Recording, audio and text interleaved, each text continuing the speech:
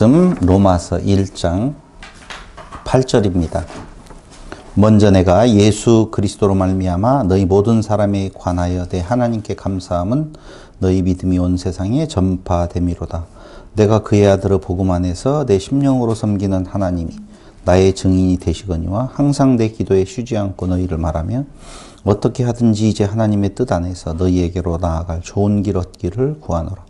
내가 너희 보기를 간절히 원하는 것은 어떤 신령한 은사를 너희에게 나누어 주어 너희를 견고하려 하게 하려 함이니 이는 곧 내가 너희 가운데서 너희와 나의 믿음으로 말미암아 피차 아니함을 얻으려 함이라. 아멘. 지난 시간 로마서는 로마서 서론과 그리고 본론에 들어가서 1절부터 7절까지 복음에 대한 내용을 같이 살펴보았습니다. 복음은 한마디로 말을 하면 예수 그리스도라고 그랬죠? 그런데 그게 수동태라고 정의를 내려드렸습니다. 중요하죠? 수동태. 내 힘과 능력으로 우리와 복음이 상관이 있는 것이 아니다라고 하는 내용을 말씀을 드리면서 바울이 자기를 소개할 때 복음을 위하여 택정함을 입었다라고 고백을 하고 있지요. 그런데 이 복음에 대한 설명과 복음을 위하여 택정함을 입은 바울이 로마를 가고 싶다는 말을 서두에 꺼내고 있습니다. 로마에 가고 싶은 바울은 로마에 가고 싶어 한다라고 하는 겁니다. 왜 바울은 로마에 가고 싶어 하는가? 라고 하면 첫 번째, 신령한 은사를 나누어 주고 싶어서 라고 1장 한번 볼까요? 11절 내가 너희 보기를 간절히 원하는 것은 어떤 신령한 은사를 너희에게 나누어 주어 너희를 견고하게 하려 함이다 라고 말하죠. 그러니까 어떤 신령한 은사를 너희에게 나누어 주고 그 신령한 은사로 말미암아 너희가 견고하게 되어진다 라고 하는 내용이에요. 1장 11절이죠. 두 번째는요. 열매를 맺게 하려고 한다. 13절에 형제들아 내가 여러 번 너희에게 가고자 한 것을 너희가 모르기를 원하지 아니하노니 이는 너희에게 가고자 했어요. 왜냐하면 너희 중에서도 다른 이방인 중에서와 같이 열매를 맺게 하려 함이로되 지금까지 길이 막혔도다 라고 말하지요. 그러니까 두 번째 로마로 가고 싶은 이후 열매를 맺게 하려고. 세 번째 이렇게 신령한 은사를 나누어 주고 열매를 맺게 되어질 때에 그 결과가 로마에 있는 성도들과 그리고 바울에게 서로 안위가 되어진다라고 말합니다. 그것이 12절 이는 곧 내가 너희 가운데서 너희와 나의 믿음으로 말미암아 피차 안위함을 얻으려 함이다 라고 표현하고 있지요. 먼저 신령한 은사가 도대체 무엇인가 라고 하는 거예요. 신령한 은사 뭐죠? 안 물어보는 것이 좋을 것 같네요. 1장 15절에 보니까 그러므로 나는 할 수 있는 대로 로마에 있는 너희에게도 복음 전하기를 원하노라.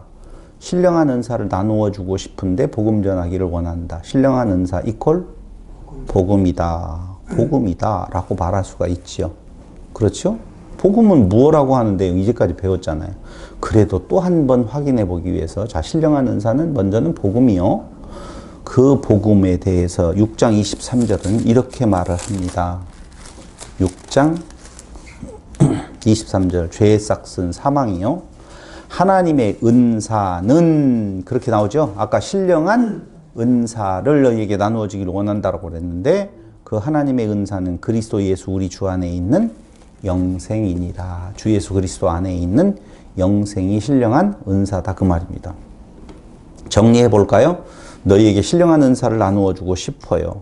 그 신령한 은사를 받게 된 너희가 견고하게 되어진다고 말하면서 그 신령한 은사라고 하는 것은 복음이요. 복음은 예수 그리스도 안에 있는 영생이라고 말하고 있는 것입니다. 그래서 바울은 로마에 가고 싶은 이유 다른 거 없어요.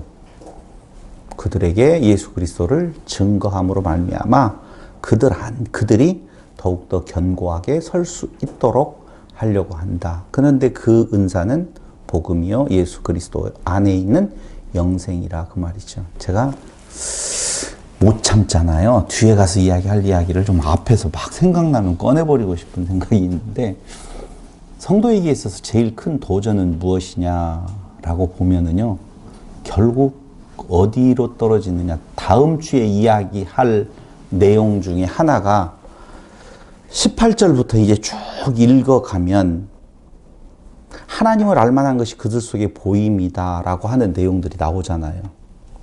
그런데 그들이 하나님의 보이지 아니하는 것들, 그의 영원하신 능력과 신성이 그가 만드신 만물에 분명히 보여 알려졌나니 그러므로 그들이 핑계하지 못할지니라. 하나님을 알되 하나님을 영화롭게도 아니하며 감사하지도 아니. 이것이 두 가지의 해석이 가능하기는 해요. 다음 주에 이야기를 할게요. 하나는 지금 이 편지는 누구에게 보내는 거냐 하면은 성도들에게 보내는 편지예요. 그러니까 창세로부터 하나님을 알만한 것이 만물 위에 이렇게 되어져 있다는 것을 우리는 보편적으로 배웠던 것이 자연계시, 일반계시라고 하는 내용으로 많이 배웠거든요. 그런데 자연계시, 일반계시를 통하여서 하나님을 알 수 있다? 알 수 없다가 맞잖아요. 그렇다면 이것을 달리 해석해야 될 부분이 있다는 거고, 결국은 인간의 한계라고 하는 것이 뭐냐? 인간이 하나님을 찾아갈 수 있느냐 없느냐? 찾아갈 수 없다예요. 그런데 찾아갈 수 없는 이유 중에 가장 큰 이유가 뭔 줄 아세요?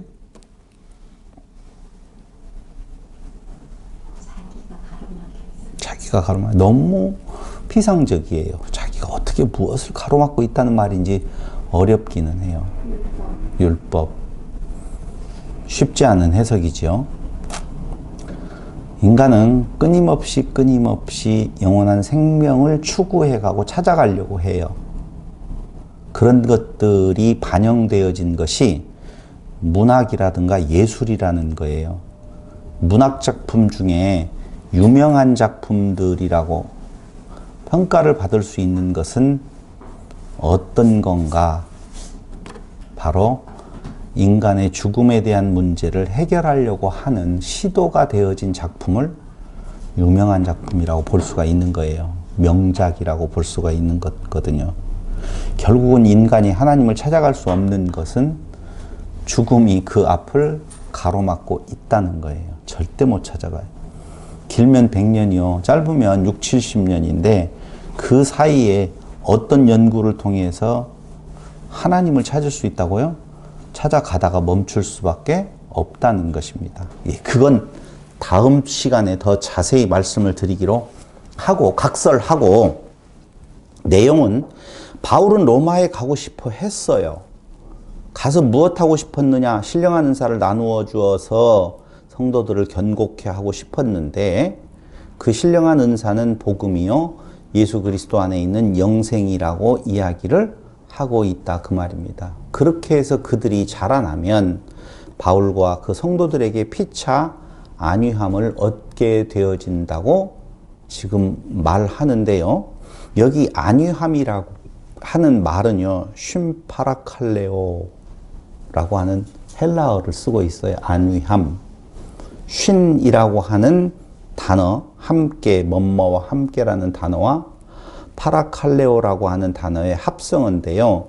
이 파라칼레오는 권면하다, 격려하다, 부르다, 요구하다라는 뜻을 가지고 있습니다. 그러니까 피차 안위함을 얻게 되어진다. 무엇으로 인하여서? 신령한 은사, 즉 복음 그리고 그리스도 안에 있는 영생이 전해지면 열매가 맺어지고 성도가 견고하게 되어지는데 그 모습이 서로에게 있어서 격려가 되어지고 그리고 함께 격려하다라고 하는 의미를 가지고 있는 안위를 얻게 된다고 말하거든요.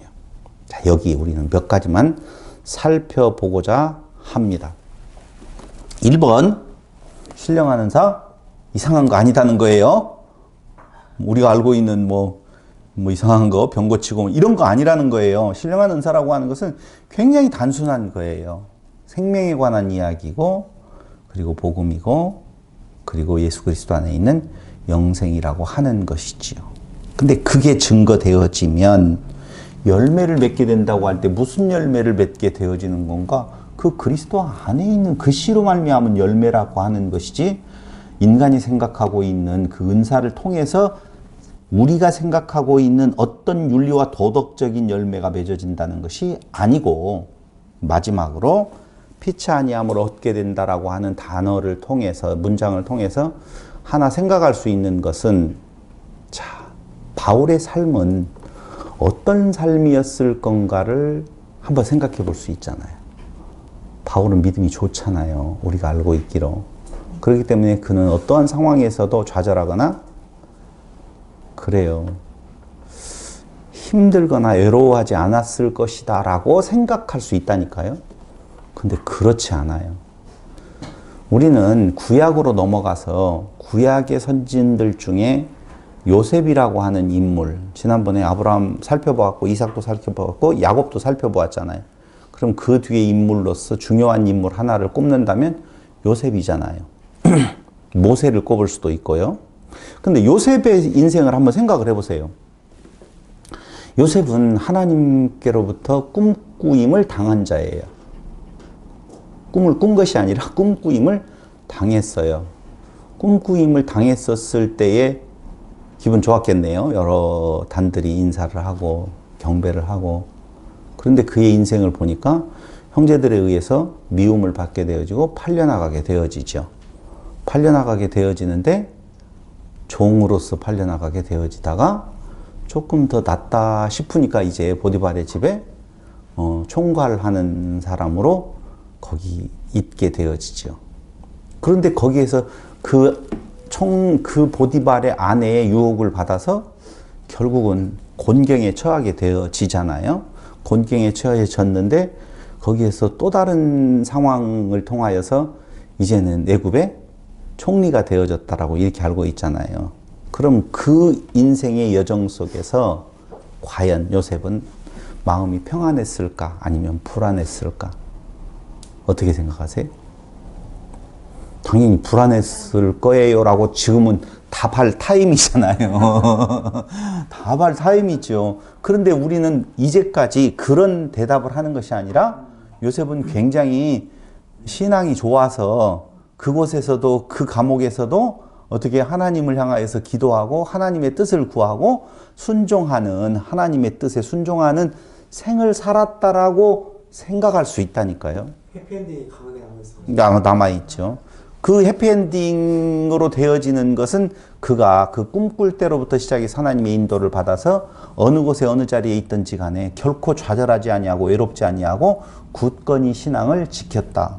보디발의 아내의 그 유혹에도 강하게 부정할 수 있고 유혹에 넘어가지 않을 수 있었던 것은 그 마음속에 단단한 신앙이 자리 잡고 있었다라고 결론 내린다고 한들 누가 틀렸다고 말하겠어요.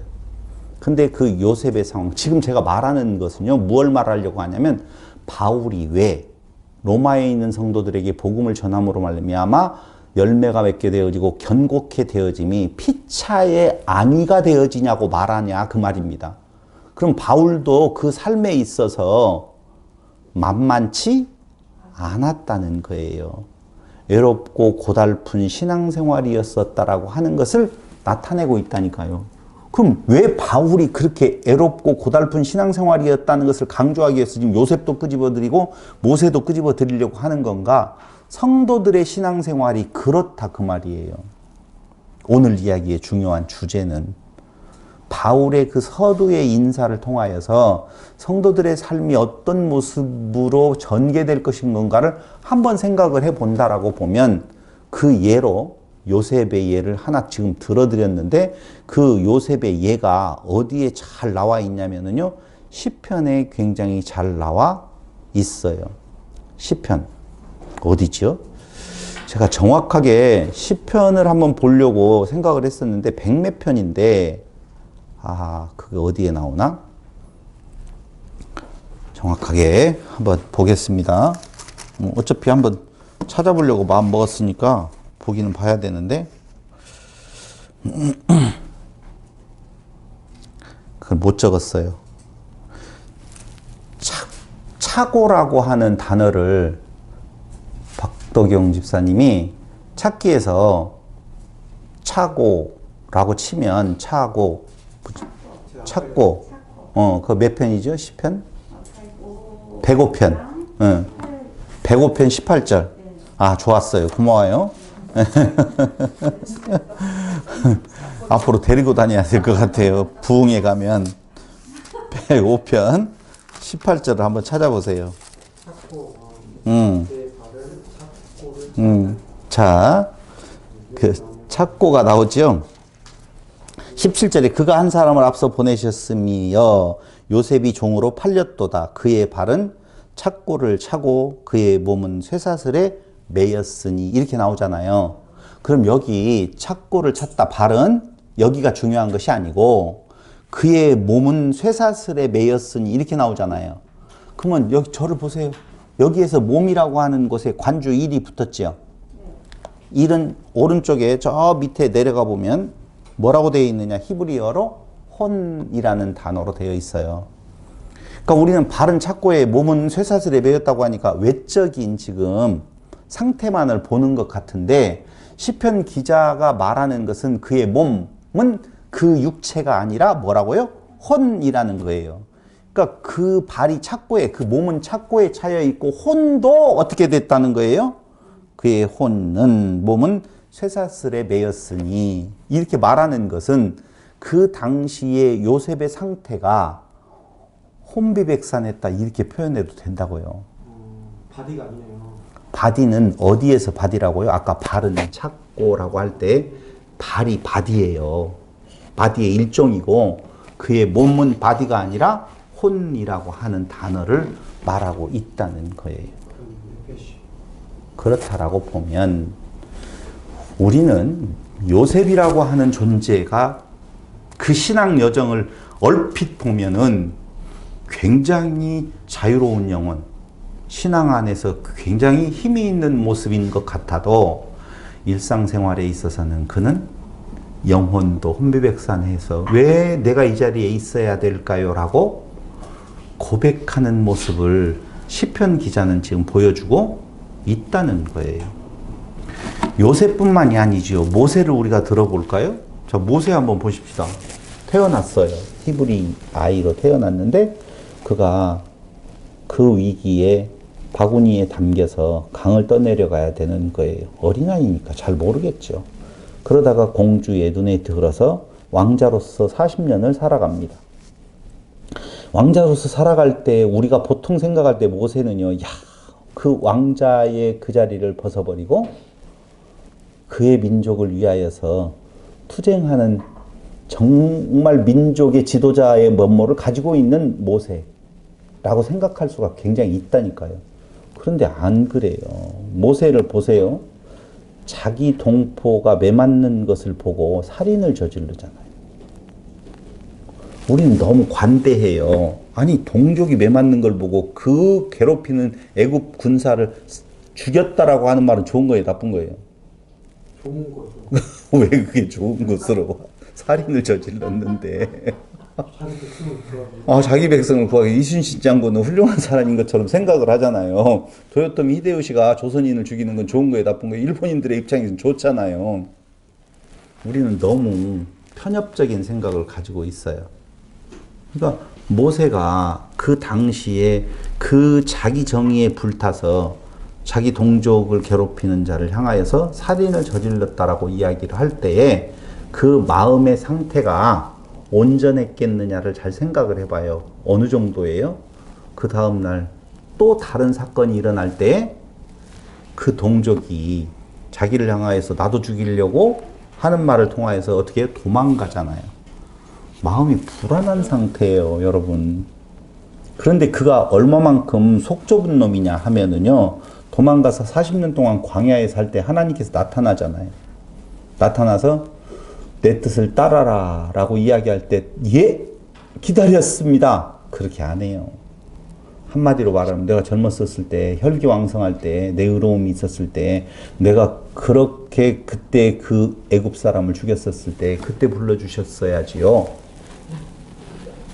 지금은 나 힘 없어요. 또다시 나타나니까요. 아니, 떨기나무 불 붙는 곳에서 나타났으면요, 우리에게 그 정도의 하나님의 역사를 봤다라고 하면, 예, 제가 가겠습니다. 저를 불러주셔서 정말 감사합니다. 하고 갔을 거 아니에요. 근데 안 간다고 그래요. 무슨 말씀이냐고. 싫어요. 또 하나님께서 말하니까 저는 말도 못하고요. 능력 없어요. 그게 바로 무슨 마음이 있었느냐. 모세가 민족적인 어떤 영웅으로서의 마음을 가지고 하나님의 뜻을 행하려고 하는 마음의 평안이 있었던 것이 아니라는 거예요. 근데 하나님께서 그를 책망하지 아니하시고 끝까지 보내잖아요. 그것도 역시 수동태라고 하는 사실을 아셔야 돼요. 우리가 믿음의 선진들이라고 하는 아브라함부터 이삭, 야곱, 그 다음에 요셉, 모세 다 보더라도 형편없는 자들이고 그 생애에 있어서 평안한 날이 있는 것이 아니라니까요.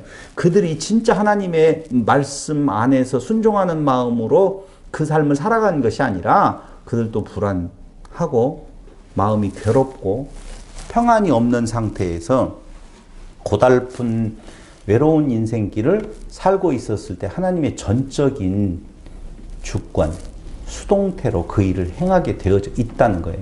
바울도 마찬가지 아니에요? 그거 뭘 원했어요? 오히려 그리스도를 핍박하는 자리에 있었을 때 다메섹 도상에서 그를 불렀단 말이에요.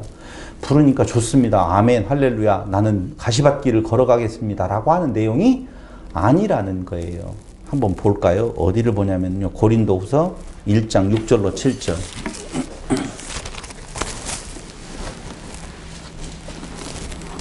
우리가 환난을 당하는 것도 너희가 위로와 구원을 받게 하려는 것이요. 우리가 위로를 받는 것도 너희가 위로를 받게 하려는 것이니 이 위로가 너희 속에 역사하여 우리가 받는 것 같은 고난을 너희도 견디게 하느니라. 그러면 7절에 보니까 너희를 위한 우리의 소망이 견고하면 너희가 고난에 참여하는 자가 된 것 같이 위로에도 그러할 줄을 알미라. 그러니까 바울의 삶은요, 결코 그렇게 만만한 삶이 아니었어요. 그럴 때에 그 위로라고 하는 단어가 이렇게 나오는 걸 보면 그는 역시 외롭고 고달픈 인생길이었었다라고 보셔야 된다, 그 말입니다. 그럴 때 바울이 오늘 고린도서에서도 말하고 로마서에서도 말하는 것처럼 성도 간의 복음으로 교제하여 견고케 되어짐이 뭐라고 표현하고 있다고요? 위로가 되어지고 있다는 거예요. 왜 봐봐요. 복음이 성도를 견고케 하고 열매를 맺게 하고 안위함을 준다고 말하잖아요. 그렇죠? 그럼 복음만이 우리를 견고케 하고 열매를 맺게 하고 안위함을 주는 거예요. 그 말은 성도의 생활이 만만치 않은 생활이다라고 하는 것을 역설적으로 말한다니까요. 봐봐요. 성도의 생활이 왜 만만치 않은 줄 설명해 드릴게요. 성도의 삶은 결코 만만치 않아요. 이유는요, 애굽에서 이스라엘을 불렀어요. 그래서 홍해를 건너게 하셨어요. 광야에 나왔어요. 광야에서 가나안 땅에 들어가면 어쨌든 그 죄에서 해방되어진 이스라엘이 그 나머지의 삶들은 평안한 삶이어야 될 것 같잖아요. 근데 보면 평안하지 않다니까요. 왜 하나님은 능력이 없어서 평안하지 않게 하실까? 우리는 그러잖아요. 예수 믿었으면 이제부터는 다른 누구보다도 더 평안한 삶, 할 수만 있다면 물질적으로도 부요한 삶, 살기를 원하잖아요. 근데 왜 그것이 안 될까요? 1장 18절에 보면 이렇게 나옵니다. 1장 18절이 아니죠?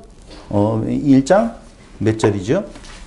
고린도전서, 로마서를 봐야죠. 로마서 1장 18절일 거예요. 복음에는 하나님의 의가 나타나서, 거기 나오죠? 아니요, 18절이 아니라 17절. 복음에는 하나님의 의가 나타나서 믿음으로 믿음에 이르게 하나니 기록된 바 오직 의인은 믿음으로 말미암아 살리람과 같으니라. 이 구절은 아브라함과 이삭과 야곱에 대한 설명을 통하여서 굉장히 잘 설명을 했어요. 복음에는 하나님의 의가 나타나서 믿음으로 믿음에 이르게 한다. 믿음으로 믿음에 이르게 한다. 믿음. 첫 번째 믿음은 누구 거라고요? 하나님의 거라고 그랬잖아요. 하나님의 것, 예수님의 것, 하나님의 것. 피스티스라고 하는 것은. 그런데 이 믿음이 아브라함의 예를 통하여서 믿음에 이르게 한다 그 말입니다. 다시 말씀드리면 이삭을 바칠 수 있는 것은 하나님의 믿음의 역사를 통하여서 바칠 수 있도록 바치는 결과를 내도록 이끄셨다는 것 공부하셨잖아요. 그러므로 믿음으로 믿음에 이르게 한다 그랬어요. 믿음에 이르게 하는데 오직 의인은 믿음으로 말미암아 살리라 함과 같으니라 그렇게 나오잖아요. 예전에 설명할 때 그렇게 해석하지 말고 뭐라고 해석하라고 그랬어요? 믿음으로 말미암는 의인은 살리라. 그렇게 설명이 그 원 본문은 그렇게 되어진다고 그랬어요. 다시요.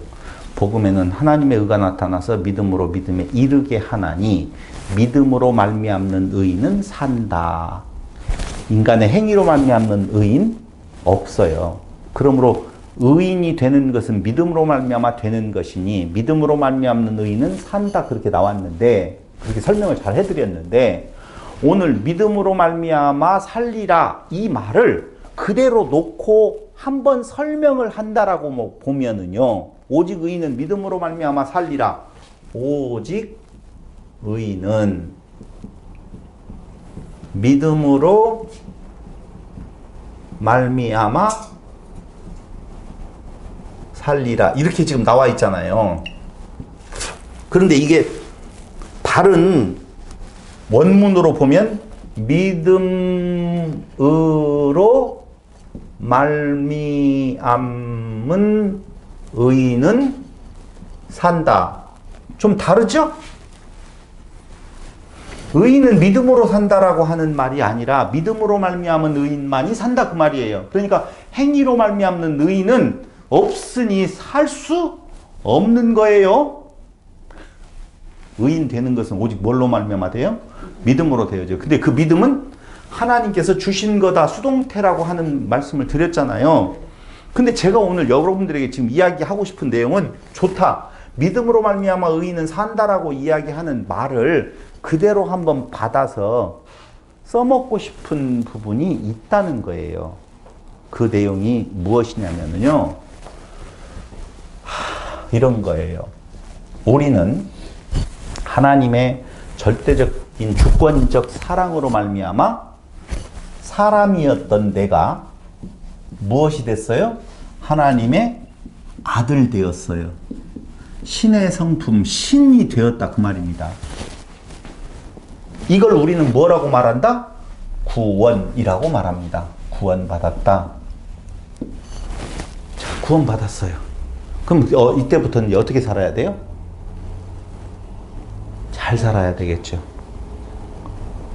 그죠? 잘 살아야 돼요. 어떻게 사는 게 잘 사는 거예요? 자기를 부인하고 자기 십자가를 지고 살아가는 거예요. 걔를 사람같이 입양을 했어요. 그런 사람 많잖아요. 엄마가 보면서 이야기하는 사람 많잖아요. 근데 걔를 사람 자식같이 입양을 했으면 그 걔를 입양한 사람은 그 걔 일생이 편안하게 순탄하게 지나가게 해야 될까요? 고난 속에 살게 해야 될까요? 걔니까 순탄하게 그 사람은 아니요, 봐봐요.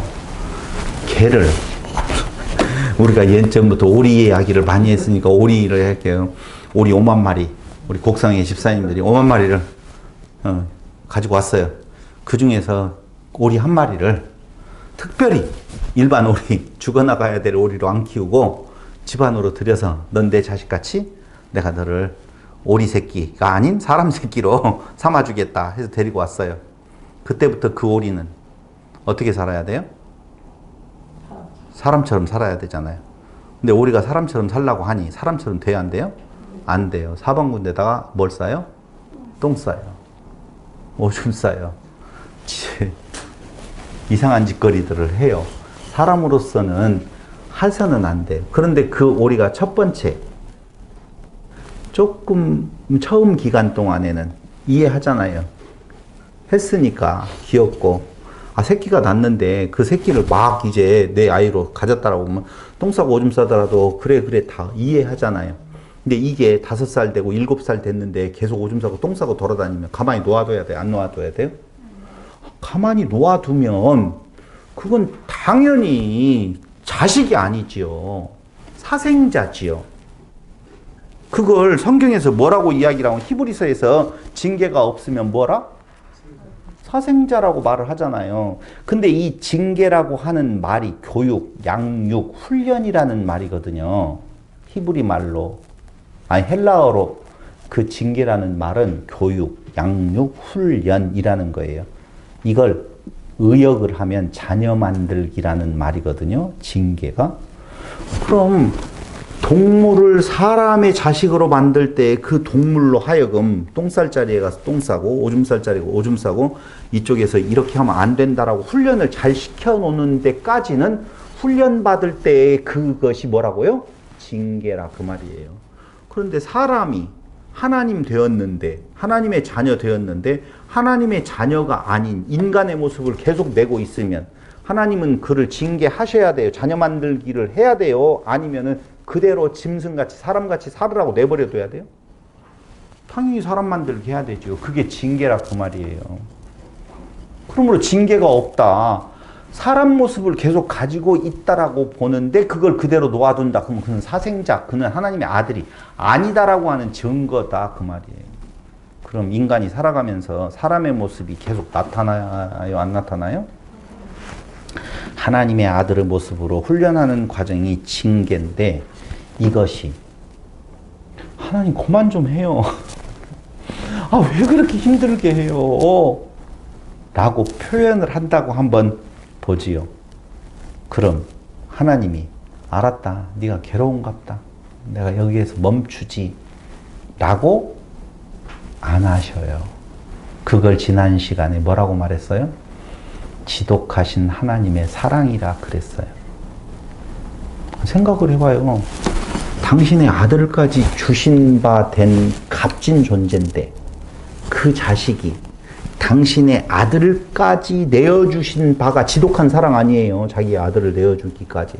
그 지독하신 사랑 안에 있는 자가 사람의 모습을 벗지 못하고 계속적으로 사람의 모습, 똥 싸고 오줌 싸고 그러고 있는데 그걸 놓아둔다고요? 그럼 진짜 사랑이 아니지요. 그래서 징계가 있는 거예요. 그럼 어느 때 징계가 더 심할까요? 똥 싸고 오줌 쌀 때 징계가 심한 거예요. 육체의 소욕에 사로잡혀서 자기를 부인하지 아니하는 자기가 끝까지 있는 모습이 나타날 때마다 하나님은 당연히 매를 드시지요. 징계하시지요. 고난 가운데 그를 있게 만든다 그 말입니다. 그래서 바울이 날마다 죽노라라고 하는 말은 자기를 버리지 못하는 자기가 자기인 것처럼 생각하는 내 안에 내면의 자기를 볼 때마다 날마다 죽노라. 그 죽노라라고 하는 것은 날마다 지가 지를 죽였다는 말이 아니라 이런 모습이군요 라고 하는 것을 깨달아 알아갈 때 그때 하나님의 지극한 사랑을 역으로 안다라고 하는 것입니다. 시편 73편 1절로 9절에 보면은요 참 눈이 뒤집힐 일이 나옵니다. 시편 73편 1절로 9절.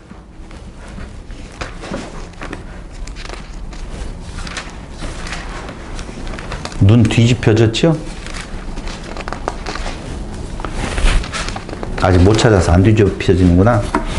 73편 1절. 하나님이 참으로 이스라엘 중 마음이 정결한 자에게 선을 행하시나 나는 거의 넘어질 뻔하였고 나의 걸음이 미끄러질 뻔하였으니 이는 내가 악인의 형통함을 보고 오만한 자를 질투하였음이로다. 그들은 죽을 때에도 고통이 없고 그 힘이 강건하며 사람들이 당하는 고난이 그들에게는 없고 사람들이 당하는 재앙도 그들에게는 없나니 그러므로 교만이 그들의 옷 목걸이요 강포가 그들의 옷이며 살찜으로 그들의 눈이 솟아나며 그들의 소득은 마음의 소원보다 많으며 그들은 능욕하며 악하게 말하며 높은 데서 거만하게 말하며 그들의 입은 하늘에 두고 그들의 혀는 땅에 두루 다니도다.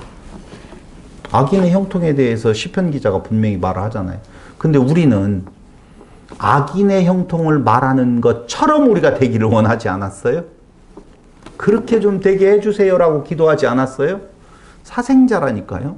그게 악인들의 형통이라고요. 어떻게 악인들이 저렇게 잘 되는데 하나님이 있다고 말할 수 있어요? 그것이 하나님에 있는 증거인데도 불구하고 우리는 거꾸로 생각한다니까요. 죽을 때에도 고통스럽지 않아요. 왜? 하고 싶은 거 다 하고 살았잖아요. 근데 뭔 후회, 회한이 있겠어요? 믿는 자는요, 자칫 잘못 생각하면, 아이씨, 차라리 즐기고 살 걸 그랬네. 뭐 똑같이 죽네. 라고 생각할지 모르겠다는 것입니다.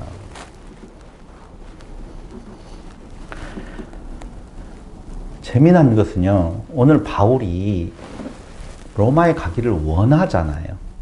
원했는데 이루어졌어요? 안 이루어졌어요? 안 이루어진 거예요, 여러분. 바울은요, 로마에 있는 성도들에게 이 편지를 보낼 때에 자기가 죄수로서 끌려가기를 원한 기도가 아니었어요.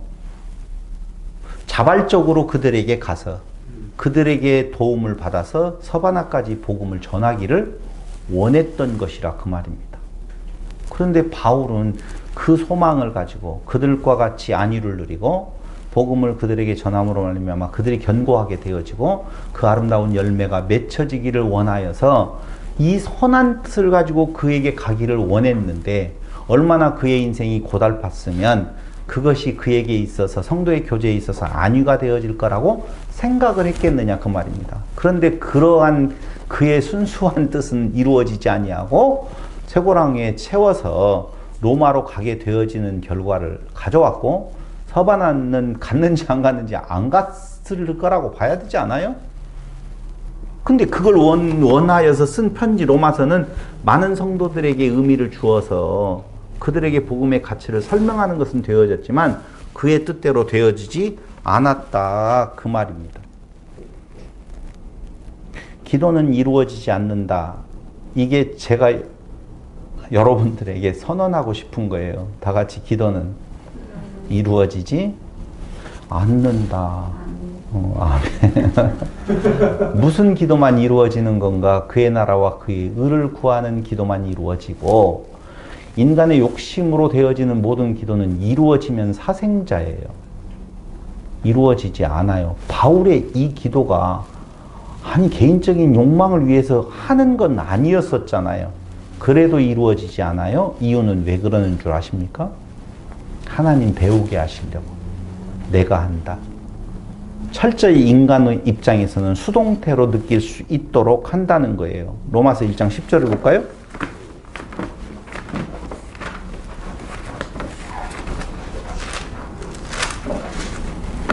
어떻게 하든지 이제 하나님의 뜻 안에서 너희에게로 나아갈 좋은 길 얻기를 구하노라. 땡. 데살로니가전서 2장 17절로 18절. 데살로니가전서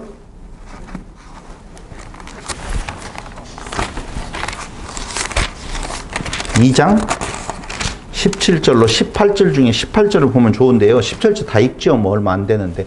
형제들아 우리가 잠시 너희를 떠난 것은 얼굴이요 마음은 아니니 너희 얼굴 보기를 열정으로 더욱 힘썼노라. 그러므로 나 바울은 한 번, 두 번 너희에게 가고자 하였으나 사탄이 우리를 막았도다. 사탄이 막네요. 또 세 번째 사도행전 16장 16절로 7절 16장 6절로 7절 성령이 아시아에서 말씀을 전하지 못하게 하시거늘 그들이 부르기아와 갈라디아 땅으로 다녀가 무시아 앞에 이르러 비두니아로 가고자 애쓰되 예수의 영이 허락하지 아니하시는지라. 또 막아요. 그러니까 바울의 뜻대로 되어지는 일이 있다 없다? 없어요. 무슨 기도인데? 우리가 생각할 때는 선한 기도인데도 불구하고 바울의 기도가 안 이루어진다고요. 그러므로 바울의 기도가 이루어지지 않는 것은 하나님의 사랑이라고 보셔야 돼요. 우리는요. 아까 이야기했잖아요. 하나님의 아들로 신으로서의 부르심을 입은 우리가 확실하다라고 보면 그의 나라와 그의 의 외에 다른 것을 구하는 것은 이루어지지 않는다. 그게 뭐다고요? 하나님의 은혜예요.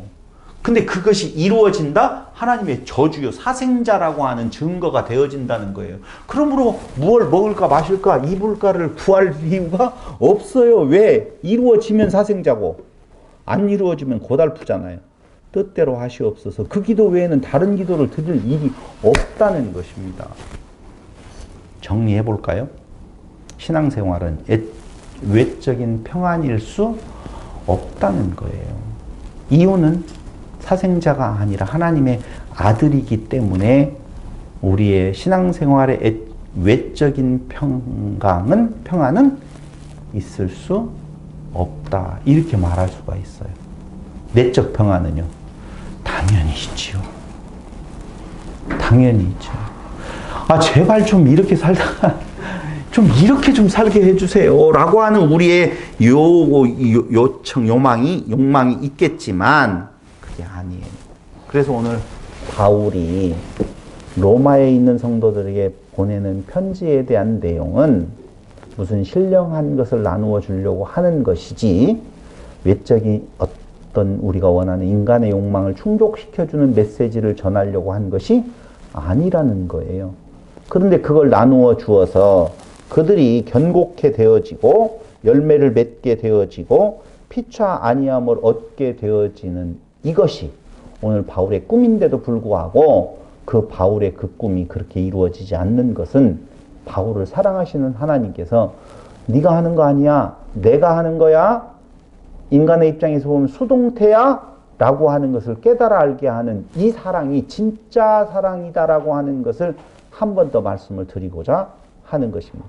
그러면 그 다음에 대한 내용은 뭐냐?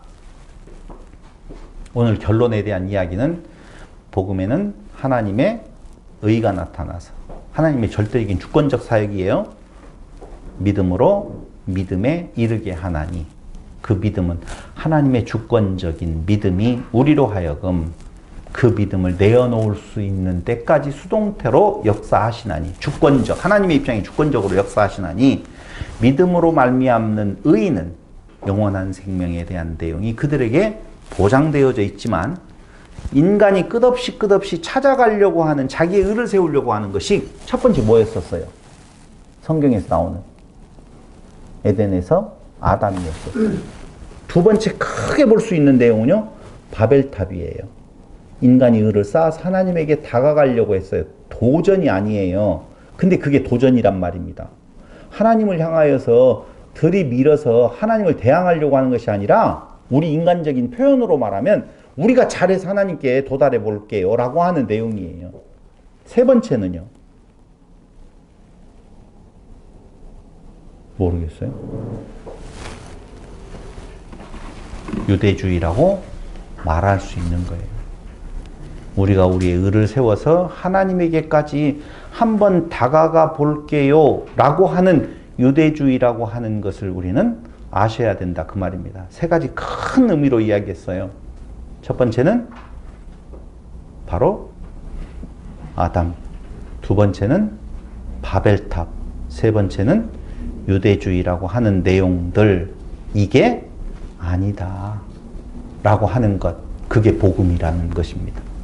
그래서 그 복음이 증거되어질 때에 우리는 견고케 되어지고 열매를 맺어도 율법 안에서의 우리의 의를 드러내는 열매가 아니라 사랑의, 그리스도의 사랑의 열매가 맺어지고 그 모습이 우리에게 서로가 안위가 되어진다면 우리가 이렇게 모이잖아요. 말씀을 증거하잖아요.